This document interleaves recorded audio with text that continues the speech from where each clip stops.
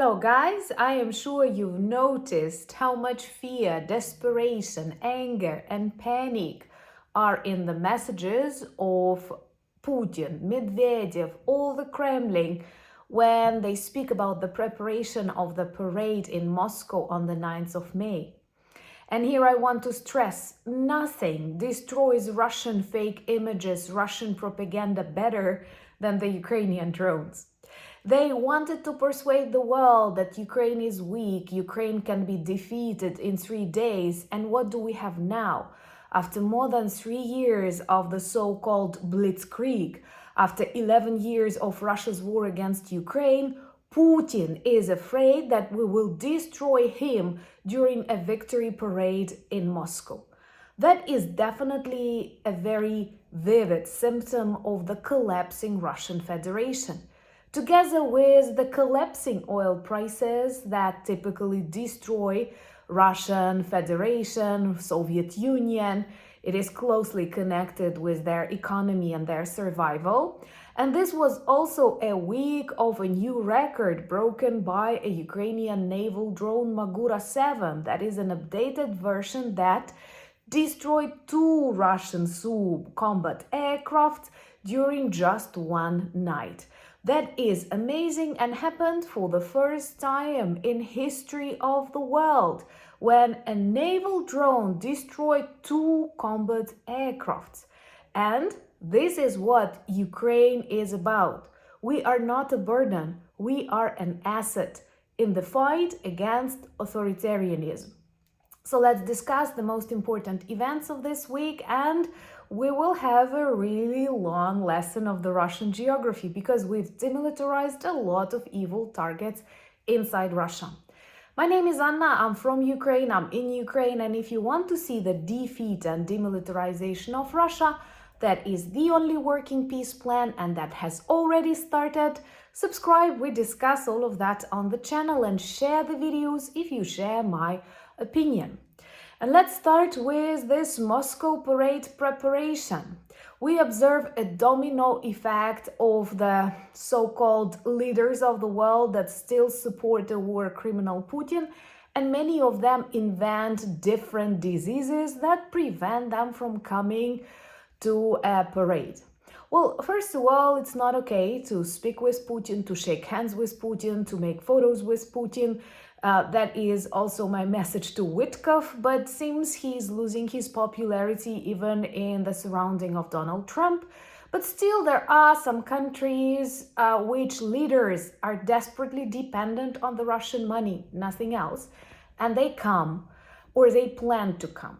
But now, with all this panic and fear coming from the Kremlin, when they tried to make this 3-day ceasefire, which is just a mocking of the idea of a ceasefire. It is either at least 30 days or nothing.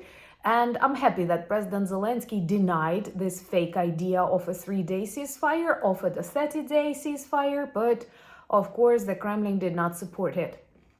And all of those Kremlin supporters are in a very tough situation when they understand they kinda need to come to bow to Putin, but they are afraid to be demilitarized together with the Kremlin goblin. And we see that Vucic won't come because of a sudden illness. Fico is desperate and leaves lots of angry commands. And now there are rumors that Xi Jinping will come, and many believe this is something that can guarantee safety and security to Putin. If it will happen like that, this will be actually the second time or the 100th time that China openly saves Russia.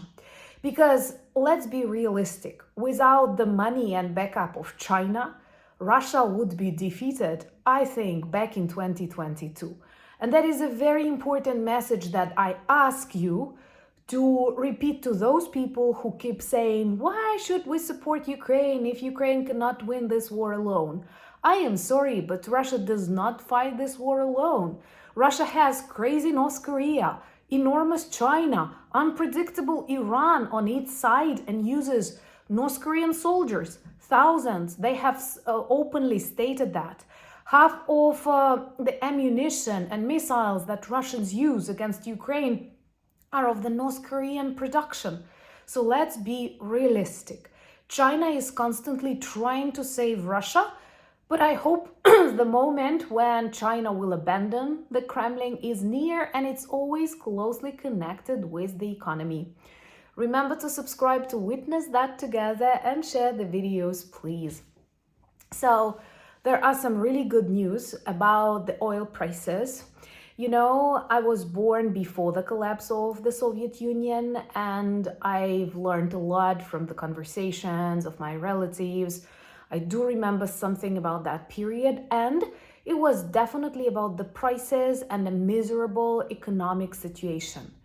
And after this long and very exhausting for the USSR-Afghanistan war, oil prices began falling, and that destroyed the Soviet economy, because no matter how they name this Muscovy Empire, Russia, Soviet Union, it is not about competition, it is not about innovation, it's about selling natural resources that actually do not belong to this classical Russia, Muscovy itself. They steal it from other national republics that without Moscow could have been very rich. And actually, I think the day when they will proclaim their independence will come sooner than you think. And please don't be afraid of the collapse of the Russian Federation. That is a natural process that will happen, just like summer will come after spring. And right now, Saudis seem not to mind, and they will allow oil prices to fall. And the greatest deal maker, Donald Trump, is the one that started trade wars, these insane tariffs, which is like, I'm not an economist, you know that, but taking into account how globalized everything is, it's impossible to isolate a country and to make others treat you very differently. And these trade wars, they caused a lot of problems everywhere. They can lead to a serious recession, both in the USA and the world. And the production is falling. And when the production is falling worldwide, the need for gas and oil is falling. And Russia understands that. They had to change their budget, their plans for 2025 budget, and they expect minus 25% of the revenue, and it is deadly for the already collapsing Russian economy. So what can happen here is that Trump accidentally will destroy Russia without wanting that. Let me know in the comments below, do you think it is possible that, like, he may want to save them, he may want to help them, but he will accidentally destroy global economy.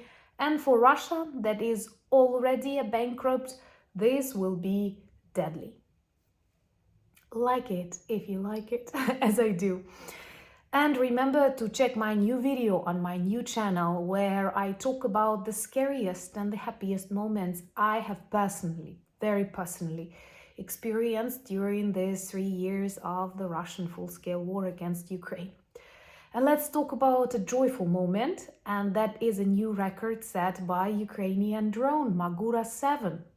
That is a new modification of the already known Magura 5. It's a little bit bigger, a little bit longer, like 8 meters, and it has a better construction for different weather conditions. And like, it can maneuver when it's a bit windy or, like, you know, stormy. We're talking about naval drones. I'm so proud we have them, we developed them, we can teach you, we can protect you. Ukraine is an asset, not a burden. Trust me. Do I look like a burden? Okay, so then this Magura 7 modification can use 2 missiles, and when targeting Russian aircraft, combat aircraft, we used American missile Sidewinder.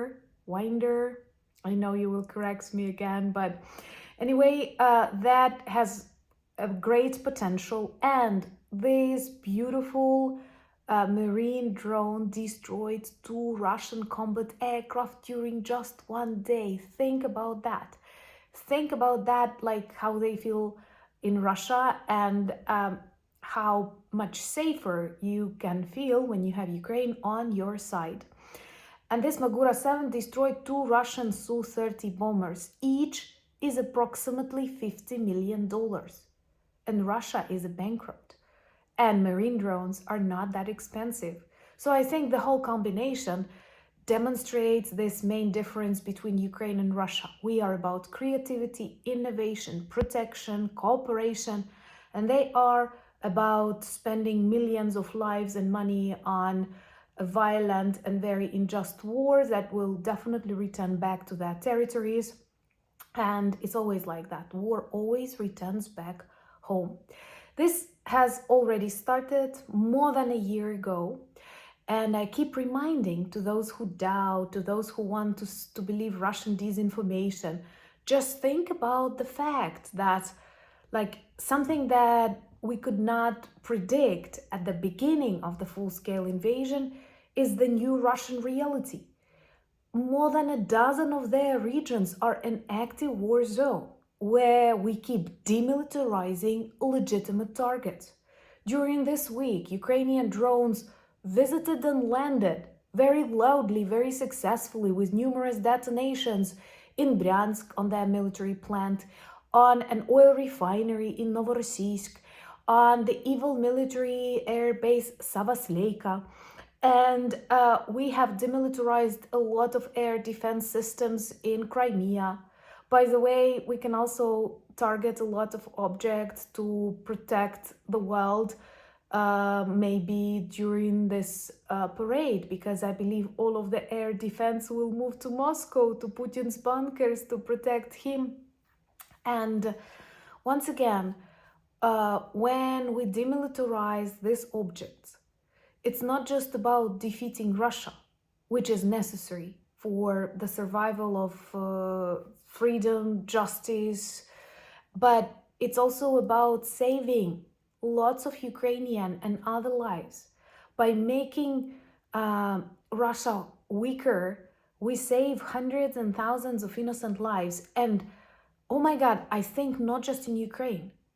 Russian trace in Syria was awful. I am sure that Russia fuels a lot of problems, conflicts, radical movements in your countries too, and I know you know that. And it's time to stop hiding from the truth. It's much better to open your eyes, to look for the allies, and to start working together. Ukraine is learning, Ukraine is sharing, and Ukraine is prepared to do the job. So one of these very good targets this week was definitely Russian space intelligence system Zvezda, which is a part of the global space complex that performs typical Russian spying and tries to catch the communication between various satellites of your countries, military communication systems, but also, you know, this financial, commercial communication is important. Why? Because Russia is not about changing something inside their society, innovating. Russia is about distorting and destroying your achievements. What they cannot forgive Ukrainians is that we've started developing, that we've started building strong democratic country, that our middle class started growing bigger. And I think it's super important for a successful and democratic country. That is what made them so angry in Bucha, in Irpin. They witnessed an average Ukrainian family that has the sneakers they will never have.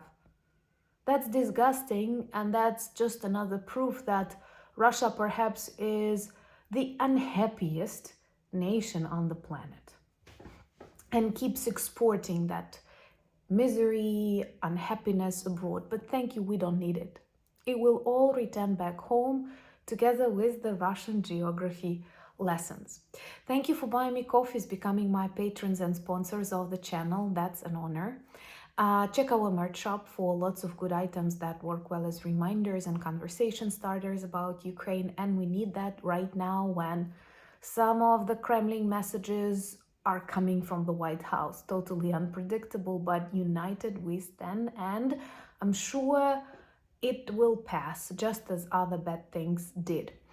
Also, subscribe to my Instagram. I'm sharing more of everyday life there on my X, on my threads, on my Blue Sky, and we have an amazing Discord community. Be careful of scammers. I never invite you to chat privately. And thank you so much for all that you do to support freedom, to support justice, to support dignity. Slava Ukraini!